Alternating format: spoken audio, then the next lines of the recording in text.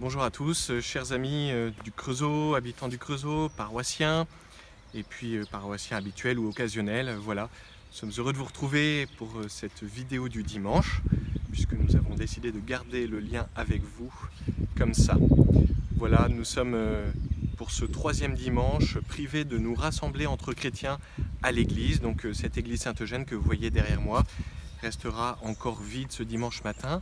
C'est une épreuve de ne pas pouvoir nous retrouver.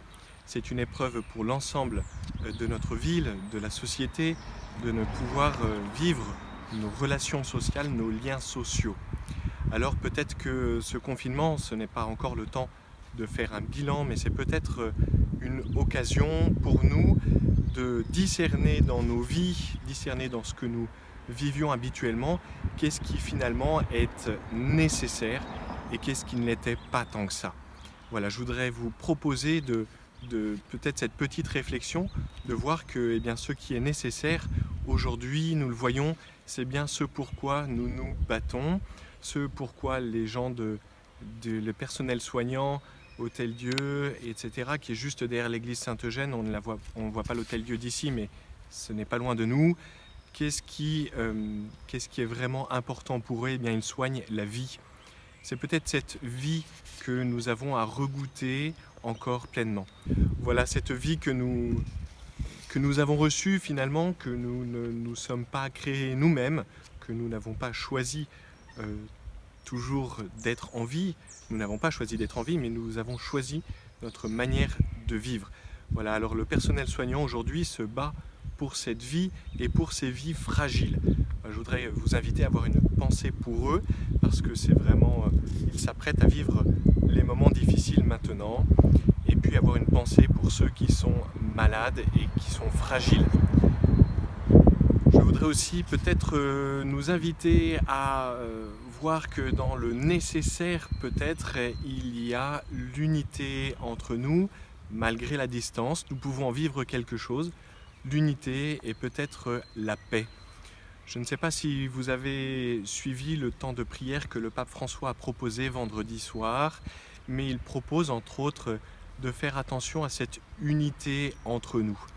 Et peut-être ce peut être l'occasion de poser un geste, une parole de paix et d'unité. Alors, nous sommes confinés parfois en famille, c'est parfois difficile en famille, peut-être nous pouvons penser à poser une parole, un geste de paix. Peut-être nous sommes confinés seuls et auquel cas nous pouvons peut-être prendre notre téléphone et poser cette parole de paix ou d'unité avec nos proches ou avec des gens qui nous sont moins proches, avec qui nous sommes peut-être moins à l'aise. Voilà.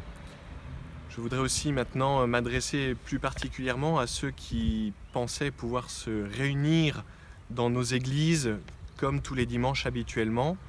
Ce dimanche, donc, pour les chrétiens, nous entendons la parole de l'Évangile de la résurrection de Lazare.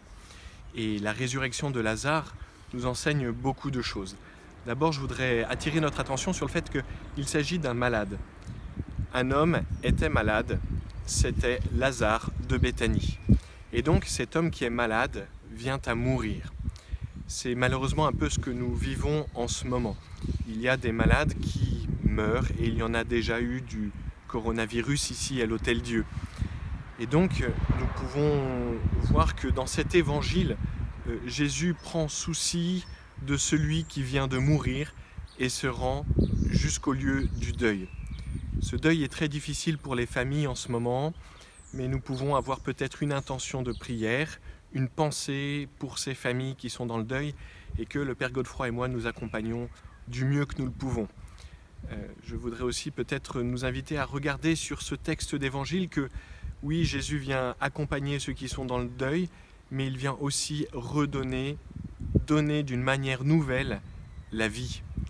Jésus affirme dans l'évangile qu'on entend ce dimanche « Je suis la résurrection et la vie ». Et donc nous pouvons recevoir cette vie de lui, le remercier, lui rendre grâce pour cette vie que nous avons, que nous vivons, même confinés, séparés les uns des autres, mais une vie que nous voulons pleine et entière.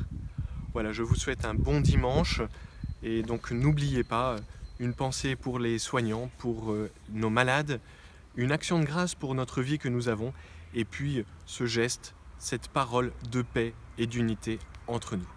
Bon dimanche et à bientôt.